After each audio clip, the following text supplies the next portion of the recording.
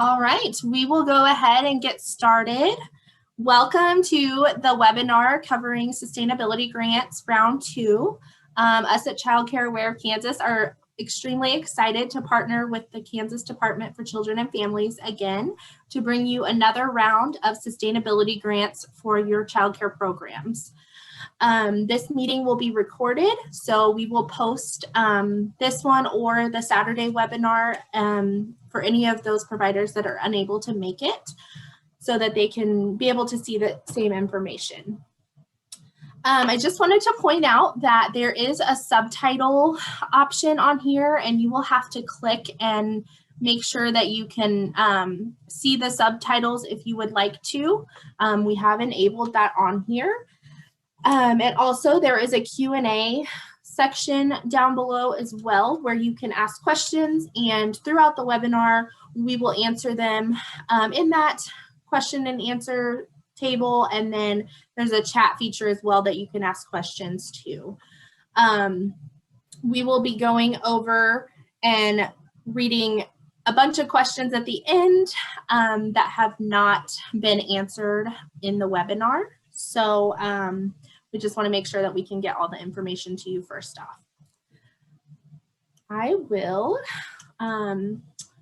let Rose start with some introductions. Well, I am Rose Graff. I am a grant specialist here at Childcare Aware of Kansas. And today presenting with me, we have Christina Ferguson, our grants coordinator, and then Christopher Reyes is a grant specialist as well. And he's going to be helping us with our Q&A portion and monitoring the chat, hopefully answering your questions as they come. But remember, we will have a Q&A at the end to be able to answer those questions. We also have on our team Maria Wellman, who is also a grant specialist, and Vicki Robinson, who is also a grant specialist. Other members of our team include grant navigators. We have Kathy Ediger, who is our Region 1 navigator, and then we have Sierra, who's our Region 2. Our Region 3 navigator is Brianna, and then our Region 4 navigator is Gail.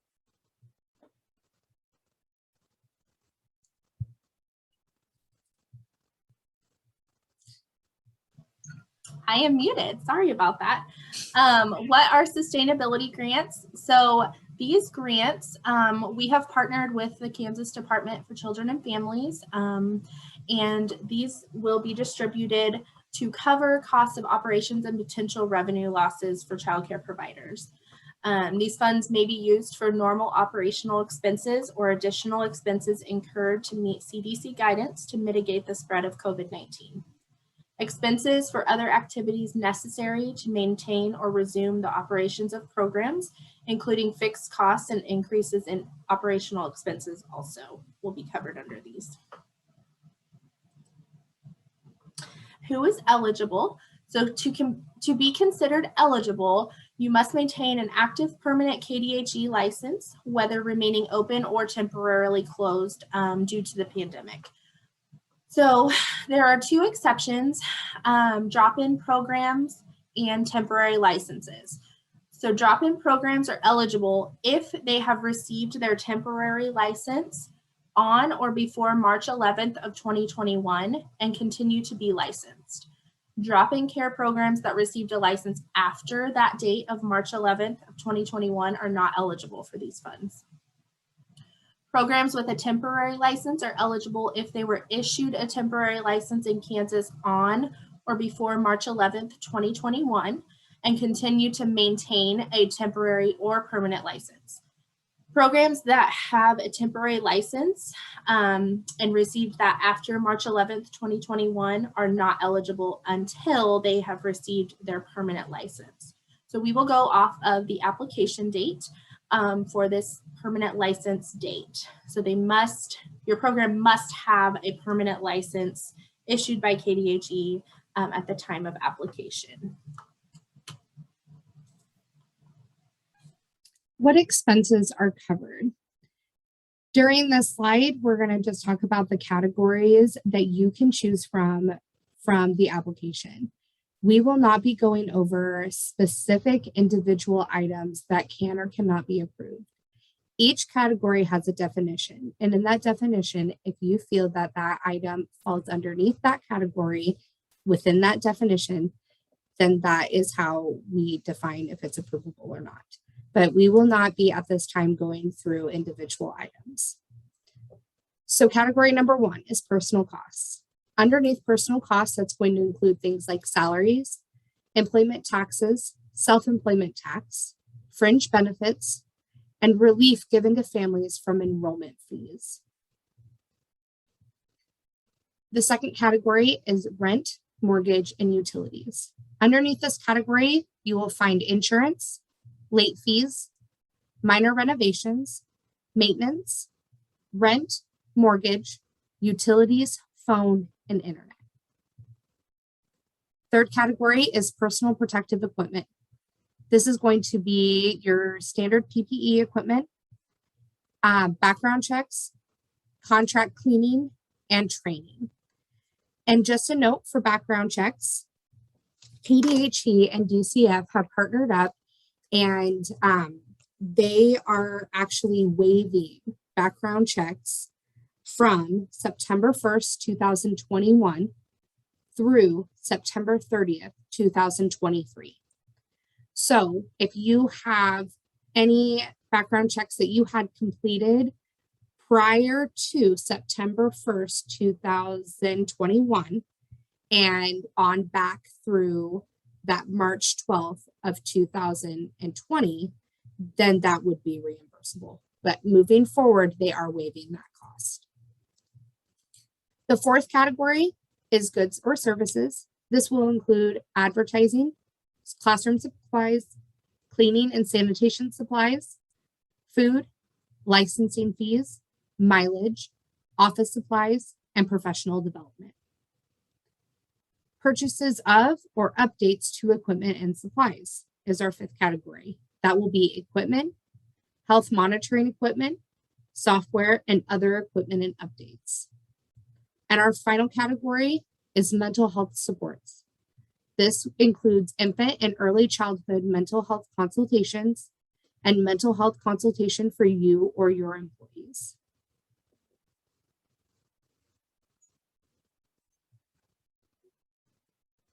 Expenses. Expenses must be reported on monthly tracking forms. If you're familiar with round 1, we are doing the same thing for round 1. Reporting expenses can span from March 12th of 2020 to February 28th of 2022. Reported expenses must be indicated on the application. Documentation receipts must be kept on file by the program for 5 years.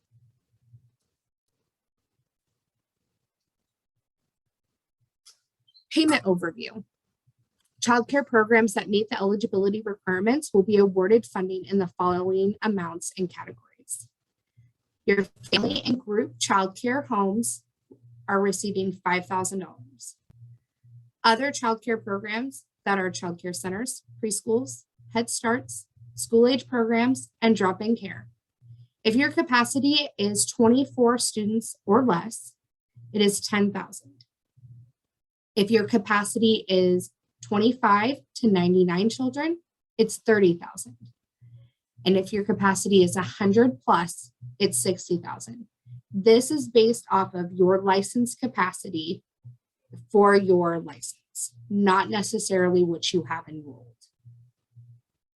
Total award amount will be paid on November 30th, 2021. So unlike the first round, this is a one lump payment that you will receive on November 30th, 2021.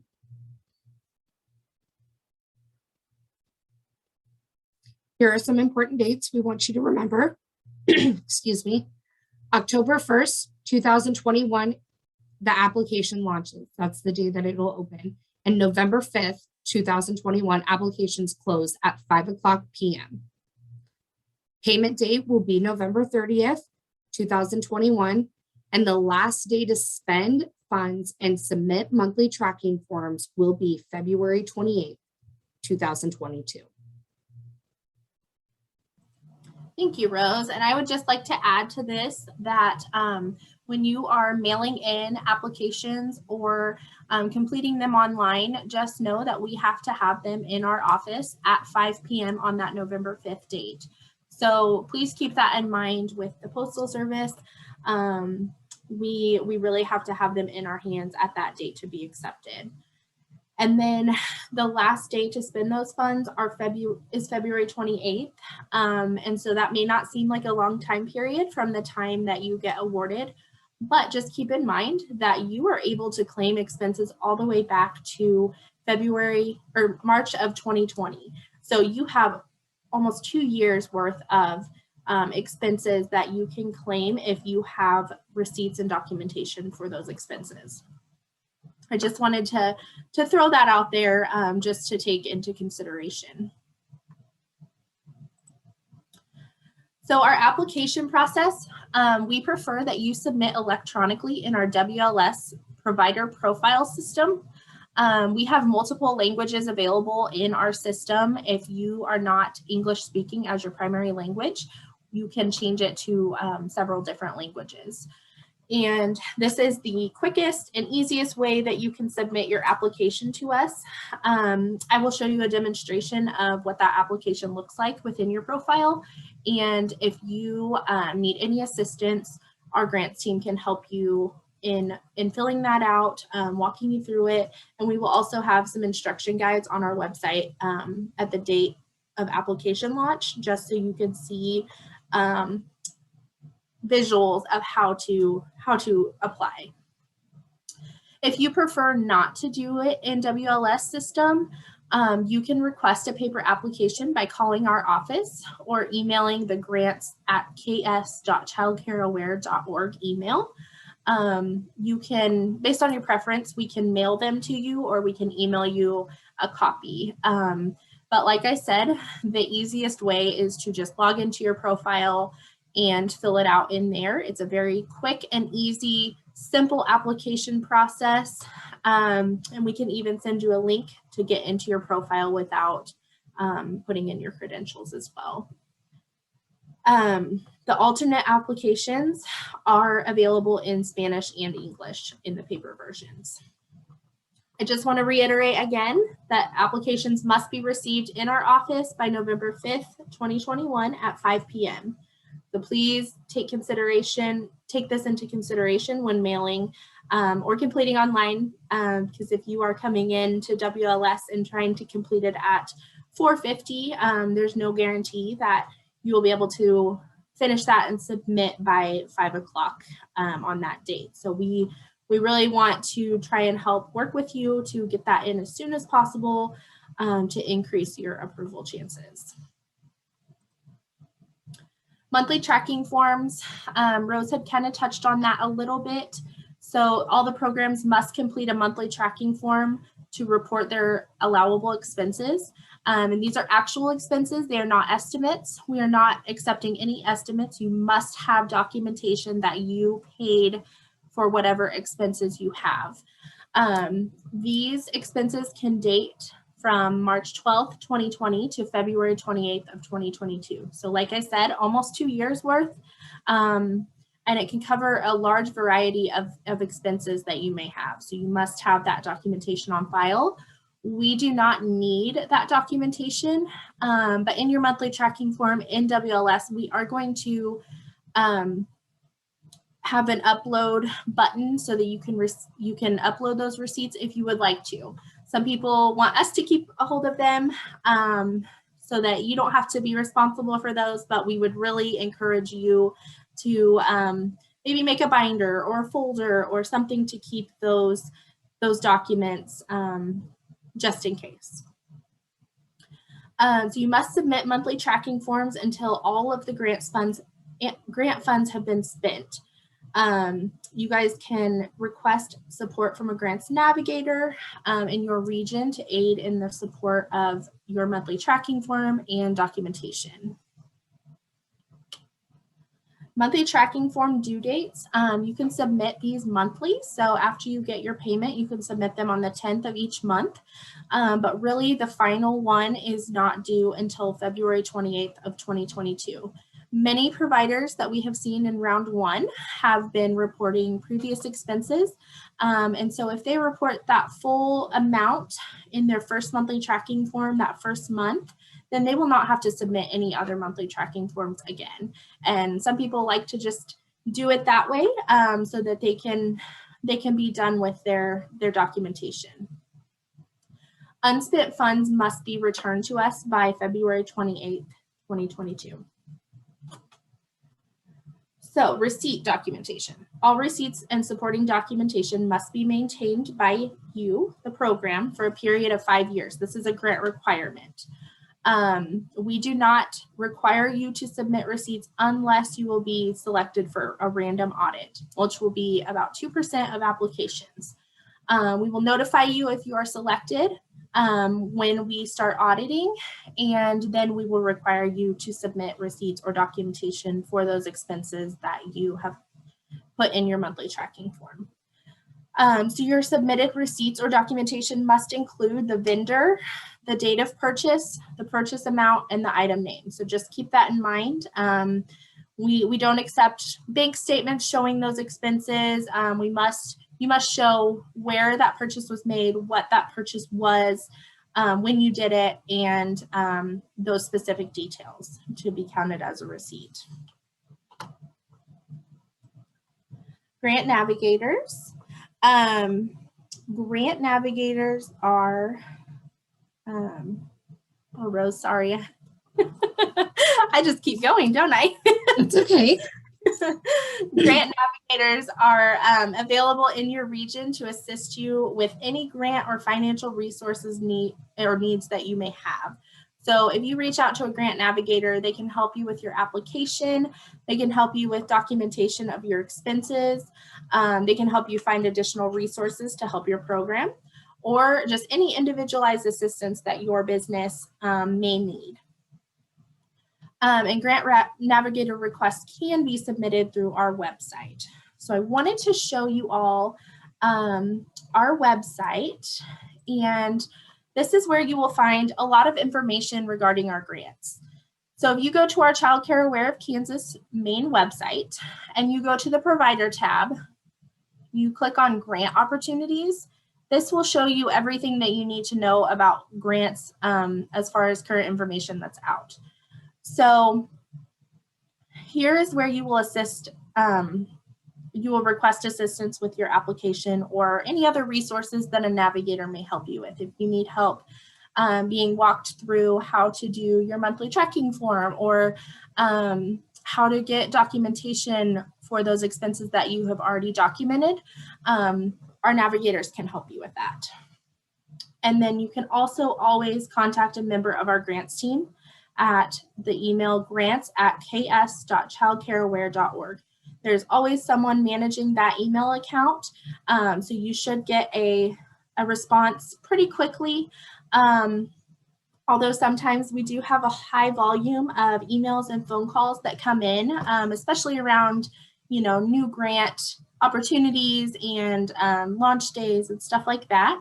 So there may be a little bit of a delay in getting a response back to you, but we really try hard to contact you as soon as possible. And then you will see all of our current grant opportunities. So Childcare Impact Grants and Sustainability Grant Round 1, those are those grants that we have already concluded. Round 2, you can see just some basic information, the timeline and dates, and here's a link to sign up for our webinars. But after we do record these, we will put those recordings on this tab. So you guys can go back and reference those anytime when you are applying or working on your monthly tracking forms. And then we will have additional documents on here once we get those completed. So we are going to have a frequently asked question document that we will be uploading on here.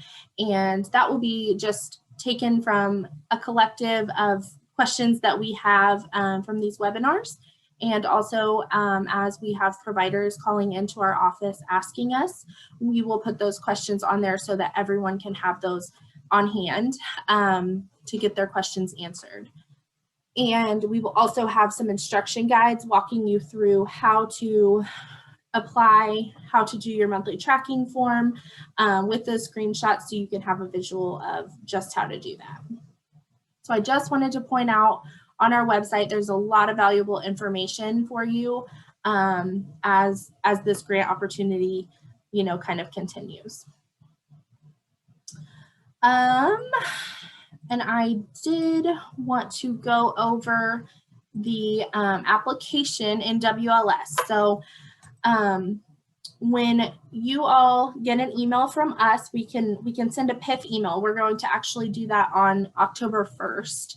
We are going to email out a link, and that email will include a link that you can click on, and it'll bring you straight to your profile that's connected to your email. So if you didn't get the email, or you know you have trouble with that, you can always give us a call, but that is the easiest way to get logged into your profile. So when you get to your profile, this is what you will see. You will have all of these tabs that you can update, and then the last one is the grants tab. This will show what grant opportunities were in the past, what you have been approved for if you have participated in any other previous grants, and then you will see our current available grants. So currently the only one available we have is the Sustainability Grant Round 2. So you will go ahead and click on that, and you will go in and fill out your information.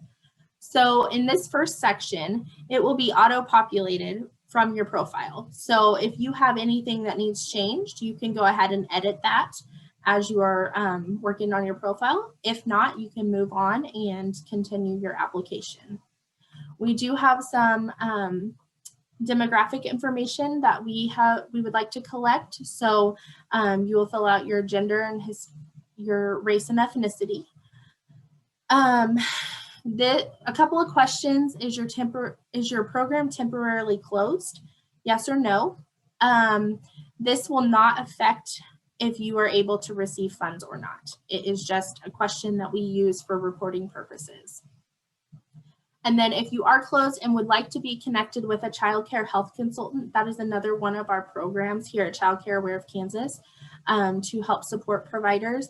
We can definitely connect you with someone on that team. So you can click yes, and we will get you in touch with them. And then another question: at the time of this application, are you serving children who receive DCF childcare subsidy? If you answer yes or no, this will not affect your chances of approval. This is just another reporting requirement, and it will not affect whether or not you are approved for this grant. And then we have another question about how did you hear about this grant?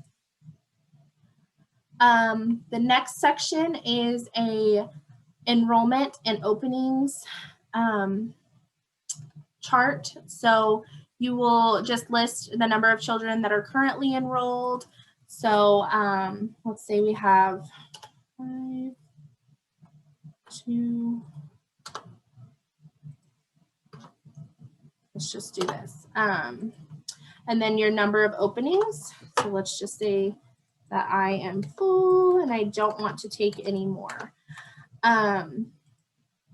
Your desired capacity is what you would like to be licensed at, not necessarily your licensed capacity. So the award amount is based on your licensed capacity and not your desired capacity. We just have this as another reporting requirement. And then here are all of the categories and items that you may select that you could claim expenses in. So you will want to check off those that you would like to report expenses in. And then a lot of attestations, just stating the rules, stating the dates, all of that. So you really want to read through these and understand what you are acknowledging and signing on, because we do get a lot of questions about things that are on these acknowledgements. And sometimes the answer is right in here. So make sure to read through that as you are filling this out. The W-9 and direct deposit information, if you applied for round 1, sustainability grants, your information will already be inputted into this. And you can edit it if needed, if this has changed. If not, you will not have to do anything, and that will already be in there for us. And then the last part is the signature section. So just signing that all those attestations and all the information that you have provided is correct. So once you submit your application, it will go into our review process. We do check eligibility in Claris, and KDHE makes the final determination. So, you know, if there is a compliance question, we will always run that by KDHE, and they will ultimately make that final decision for us on whether or not that your program should be awarded. And that is the application. It is quick and easy, does not take very much time, especially in WLS. This is the easiest way that you could fill it out. Now, this one has not been approved, but I will show you what a monthly tracking form looks like in an approved program's profile. So I'm actually going to go back to this one's round one approval, because this one, it'll look the same. It's just different categories. So once you're approved, you'll see your status is approved. You'll see your notification letter. That is what you will receive in your email, letting you know that you have been approved for your grant. And then your monthly tracking form and impact story tabs will be activated. So if you go to your monthly tracking forms, you will see all of the categories and expenses that you may report. And this is actually much different in round two, but this is the categories for round one. And then you'll have a monthly period. So there will be less of these columns in the round two monthly tracking form. So you will just put in your expenses that you are reporting, and then you will save that. And once you save, it submits to us. If you want to change any of your expenses, add to, take away, you can always come back in here and edit that form.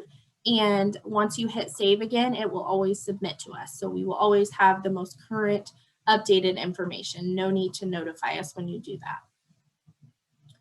Under that, we have added a receipt tracking table. So if you would like to keep your receipts on hand under this, if that's easier for you, you can definitely upload these, but once again, they are not required to upload under here. Some people just like to do it because, you know, we are auditing 2%. So we will be asking for receipts for certain programs, and some people just think it's easier if they just upload it while they're putting in their expenses. So that is completely up to you. You can just fill out this information, upload your file, and your receipts are good to go. So that is the monthly tracking form and the receipts section. So I just wanted to show you all that so that you have an idea of what that will look like. But we will be making instruction guides, like I said, so that they will be available for you on our website.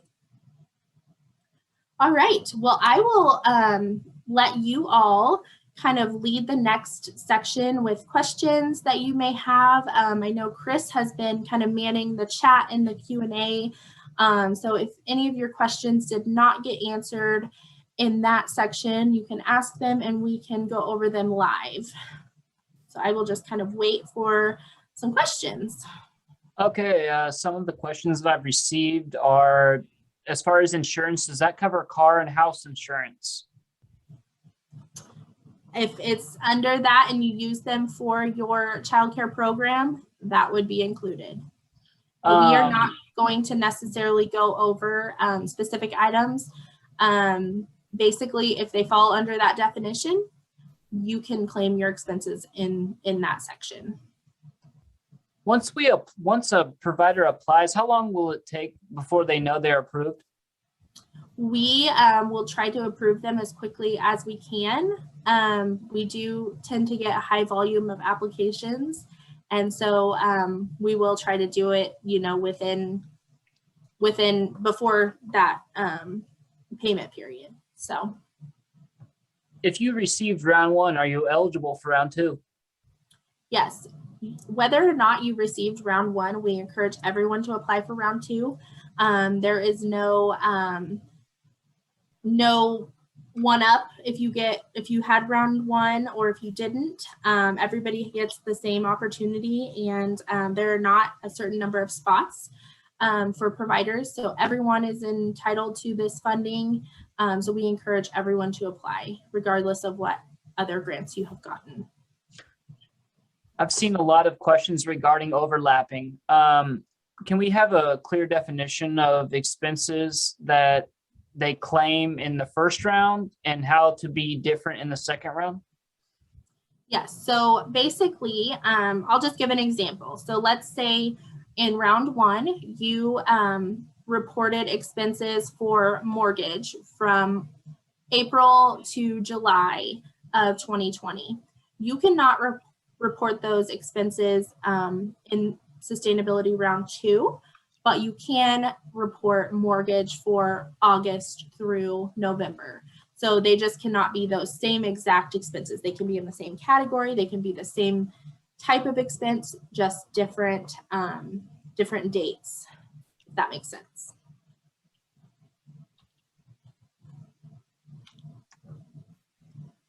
Oh, man.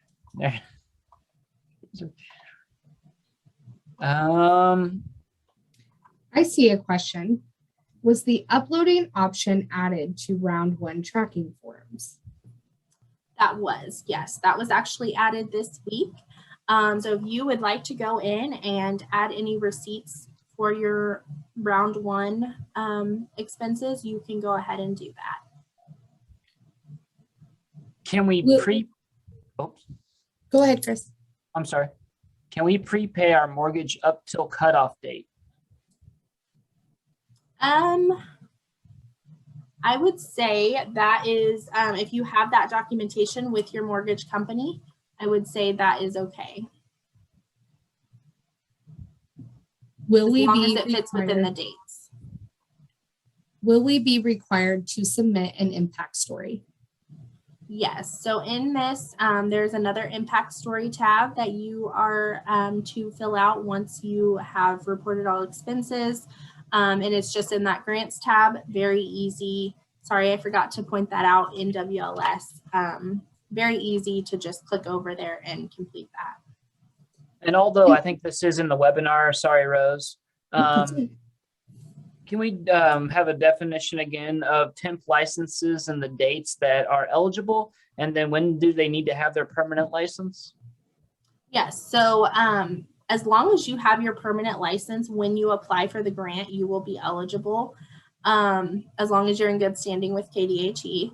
But temporary licenses, they must be obtained before March 11th of 2021. So if you still have a temporary license and you received your temporary license before that date, you are eligible to receive funds. But if you received that temporary after and you do not yet have your permanent license, then you would not be eligible.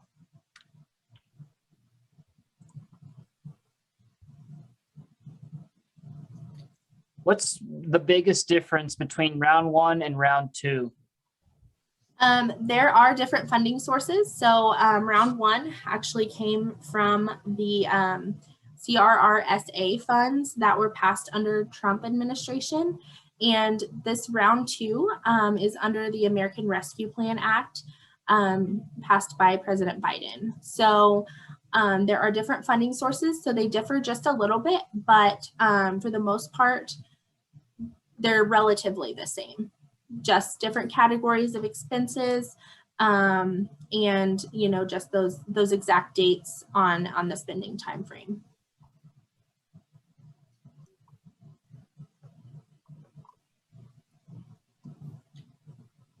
Do you want 3 different impact stories, or can we use the same story for each grant? I would say that you should try to make your impact stories based on how you are utilizing the funds and how it is benefiting and improving and how it is impacting your program based on what you are using those funds for specifically. We would really encourage you to individualize them. Impact stories, I saw that was a question. What are impact stories? This is just a way for us to hear what you guys are saying about how these funds are impacting your programs and how they are making a difference in providing resources for you guys. So that's what those are for. And they are a requirement with the application. Yes, that is on the assurances that each provider must check off. Can they check each box, or should they just check the boxes that they feel the need to check? We really prefer you to check off what you're in need of help with funds. But if you are unsure currently what you are wanting to spend, that is okay to check off more than what you would potentially use, if that makes sense.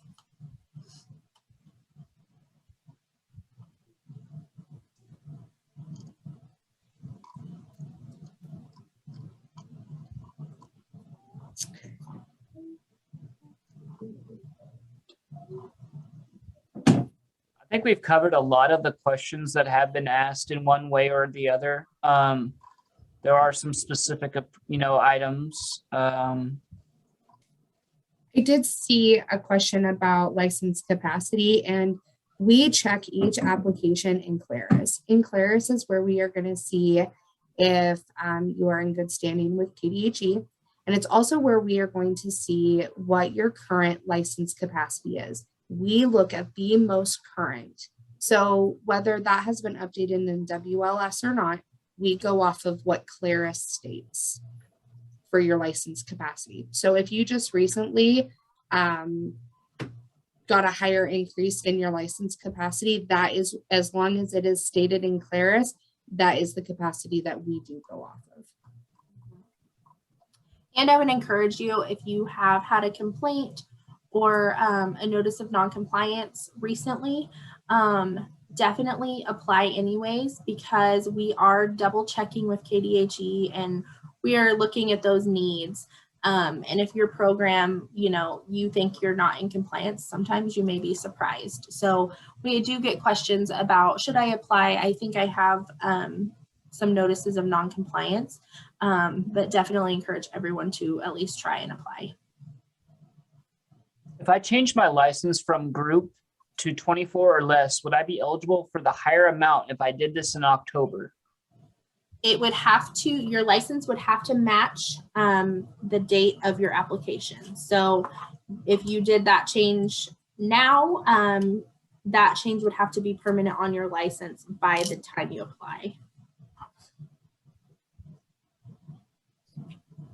For those that are asking questions about specific item coverage to see if they are approvable or not, we will provide definitions for the categories, and that will make a difference when you are trying to figure out, is this a category that I am wanting? Because is this item going to fit under that definition? So you will have those definitions. We unfortunately are not going to be going over those this evening, but you will have access to those to be able to see when you do apply. So you know which categories you're picking that best fits the needs of your program. I see a couple of questions on here. Someone is asking, looking ahead to the future, do you know if there will be another round of grants? If we do, then we will put that information on our website. So currently this is the only one that we are aware of, and we will continue to update you as we know more information if there are any potential new rounds. And then I also saw, should the grant be mostly used to help with the spread of COVID? And I would say no. I think this is just to help your program in their daily operational expenses. So just to keep your business running, frankly, that's what these funds are intended for, not just for COVID mitigation. And do we have a percentage formula of mortgage, you know, as far as how much of the house is used for the daycare operations, or do we? We will be providing definitions, and then if there are still questions, you can definitely reach out to one of our grant specialists or our navigators for more assistance on your individual situation, because there can be so many differentiations between different circumstances.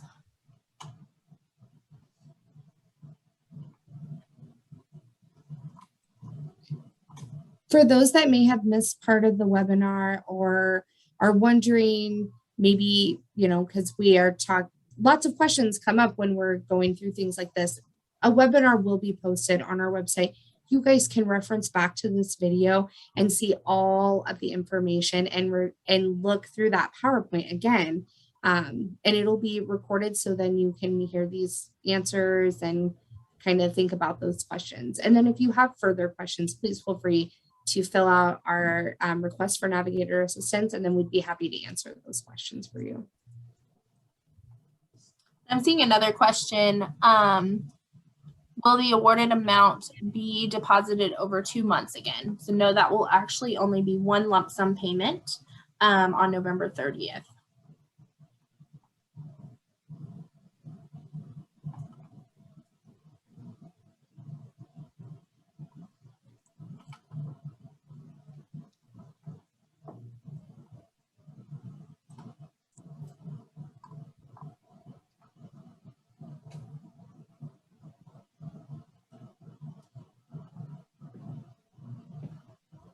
Oh, here's a good question. If I'm upgrading my playground and the total amount exceeds 10,000, can I use the first grant for playground and the second as well? Like, if the swing set that was 10,000, can I split it over 2 grants?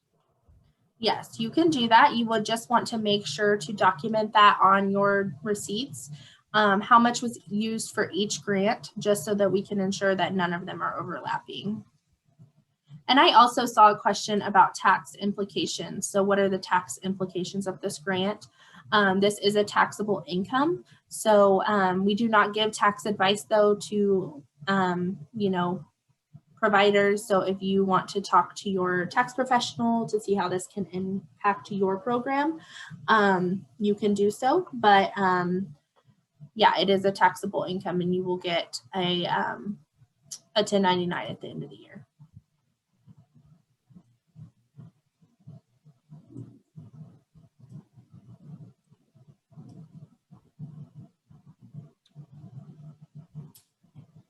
I see a question about, I'll just read it. It says, I have had 2 navigators tell me that round 1 and round 2 sustainability grants are not associated with stabilization grant. I've also had another provider in Kansas state that they were told these are the way Kansas is appropriating the stabilization grant. Do you have a definitive answer regarding this differentiation? Thank you, Rose. I forgot about that one. Yeah, so with all of the federal money that is being dispersed to each state is calling these grants different things. Currently, this is not called a stabilization grant, but I believe it is similar. I am not aware of any stabilization grants currently in Kansas besides this one.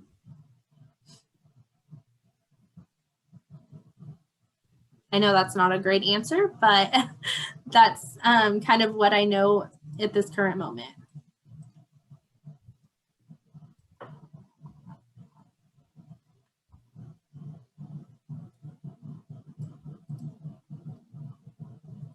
Can we go? Everyone will be approved if they are in good standing. Yes. I saw that question. So everyone has a chance of approval if you are in good standing and maintain an active permanent license, like we stated in the eligibility slide. So there's not a certain amount of spots, or it's not competitive. You will be approved based on your license status with KDHE.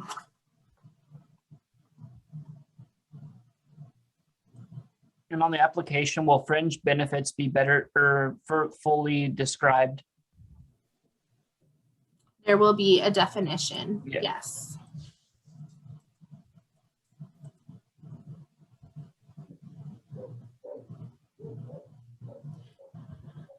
Let's see. Someone asked, how can we pay ourselves back as a salary? This is where that definition is going to come in handy. You're going to be able to look at that, and it's going to give a definition on what that looks like. If you need additional assistance on how to report that and what kind of documentation you're needing, that's where you go to our website, you fill out the request for Navigator assistance, and they're going to be able to support you through that. You can either call the office or the email address as well. But doing those Navigator requests, it helps us be able to identify which Navigator is in your region. And that then in turn helps you get a time schedule to actually have a more detailed conversation with them if further assistance is needed. Because as we know, sometimes when one question comes up, there's a second one shortly there to follow. So it's nice to sometimes have those scheduled out so you have some time to be able to have those conversations when needed. Yeah. And I see a couple of questions. When can we contact a Navigator for round 2? Do we need to wait until after applying? You can contact them now. Our Navigators are scheduling at all times, so you can definitely contact them whenever you feel is best.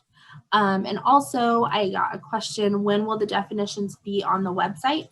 These will be on the website on October 1st. They will be with the application. We will post the monthly tracking forms. And it will be in WLS as well.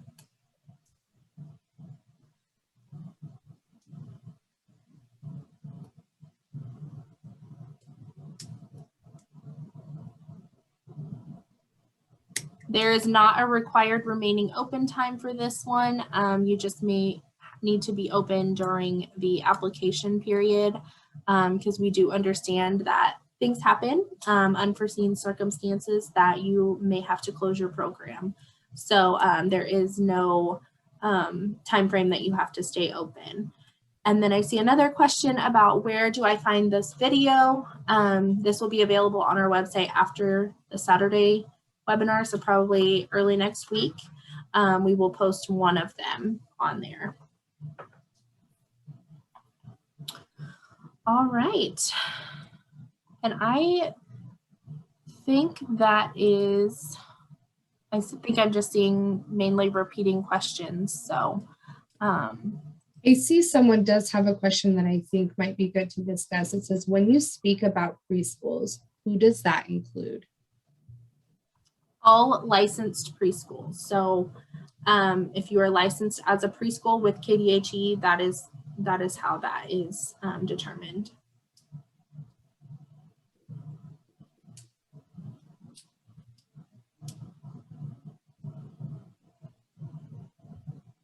Okay.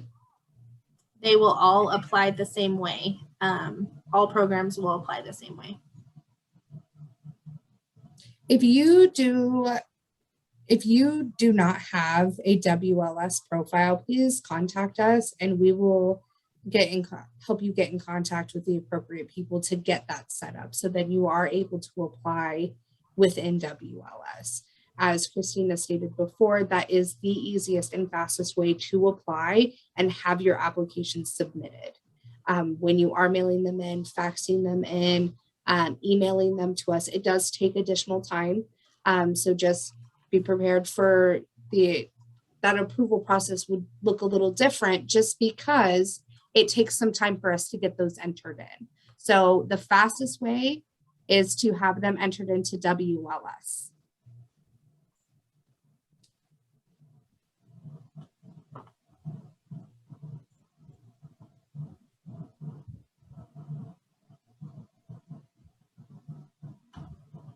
You can apply for summer programs if you're active, your license is active, even though you're not open during the school year.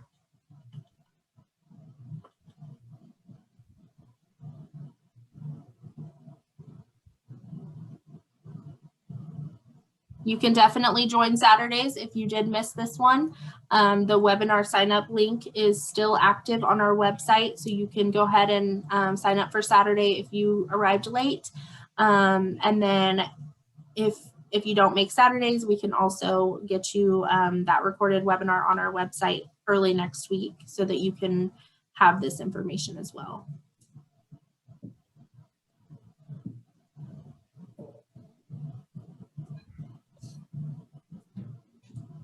All right, well, I think we are wrapping up now on those questions. If you have any questions, always feel free to email our grants email, grants@ks.childcareaware.org, and someone will assist you as soon as we can. Just remember that, you know, sometimes there is a large volume of calls and emails, so it may take you a little bit to get a response, but we always try to get you a response that same day or the next day, working days, that is. All right, well, thank you so much for joining us tonight, and thank you for all you are doing for Kansas children. This is such an essential business, and we are so excited that these funds are becoming available for childcare providers like you who are continuing to navigate this pandemic and all of the challenges that come with it. So we want to let you know how much we appreciate you, and please let us know if you have any questions. Have a good night, everybody. Thank you.